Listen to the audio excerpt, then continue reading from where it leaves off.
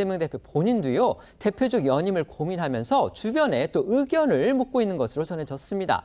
정말 할 생각이 없다면 굳이 주변의 의사를 확인할 필요도 없을 것이다. 이런 추측도 가능하기 때문에 결국 이재명 대표 대표적 연임 쪽으로 마음이 기운 게 아니냐, 이런 해석 나올 만합니다. 네, 사실 총선 전만 해도 이재명 대표는 이 공천 과정이 너무 힘들고 너무 고통스럽다, 그런 과정들이기 때문에 당대표를 다시 하고 싶지 않다라고 했었는데요.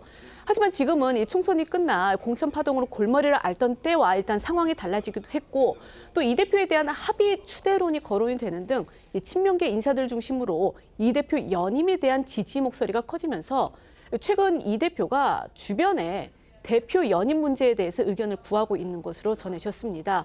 직전 원내대표를 지낸 홍익표 의원에 따르면요, 이 대표가 이 최근 대표직 연임과 관련해서 어떻게 하는 게 좋을지 이걸 물었고, 여기에 대해서 이제 홍 의원이 연임이 나을 것 같다라는 의견을 전달했다고 하는데요. 이 홍 의원이 전하는 이 대표와의 대화 내용 좀 더 들어보시겠습니다. 이재명 대표가 어떻게 하는 게 좋겠어요? 저한테 한번 그러시길래 연임하시는 게 낫지 않겠습니까? 라고 이제 뭐 아주 진지하게 얘기한 건 아닌데 좀 가볍지만 아주 그렇다고 뭐 농담은 아니었고요. 다른 후임 당대표가 와도 잘 되면 그 사람 덕이지만 잘못되면 다 이재명 전 대표 탓이라고 하지 않을까요? 이제 최대 주주죠. 주식회사를 비교하면 최대 주주가 뒤에서 자기 마음대로 배우회사다가 실패했다. 이게 다 이재명 탓이다. 그랬더니 그거는 약간 그렇듯하네요. 이렇게 반응을 하시더라고요. 홍익표 의원이 전한 이 대표와의 대화 내용을 보면요, 결국 이재명 대표 연임을 위한 명분 찾기 또는 명분 다지기에 나선 거 아니냐, 이런 추측도 가능해 보입니다. 정치권에서는 이렇게 얘기를 하죠. 극히 이례적이거나 아니면 상식적이 아닌 그런 정치적 결정을 내릴 때는 무엇보다도 명분이 최우선적으로 전제가 돼야 한다, 이런 말이 많습니다.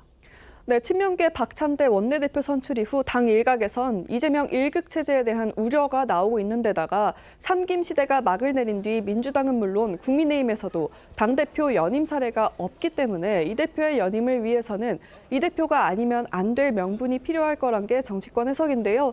이 대표가 아직까지 연임에 대한 공식 입장을 내지 않고 있는 점도 일종의 빌드업으로 총선 승리를 거둔 이 대표보다 민주당을 더 잘 이끌어갈 인물이 없다는 점을 친명계를 비롯한 당 중진들 입을 빌려 부각시킨 뒤 이 대표가 당을 위해 어쩔 수 없이 한 번 더 나선다, 이런 식으로 나올 가능성이 있다는 전망도 나옵니다.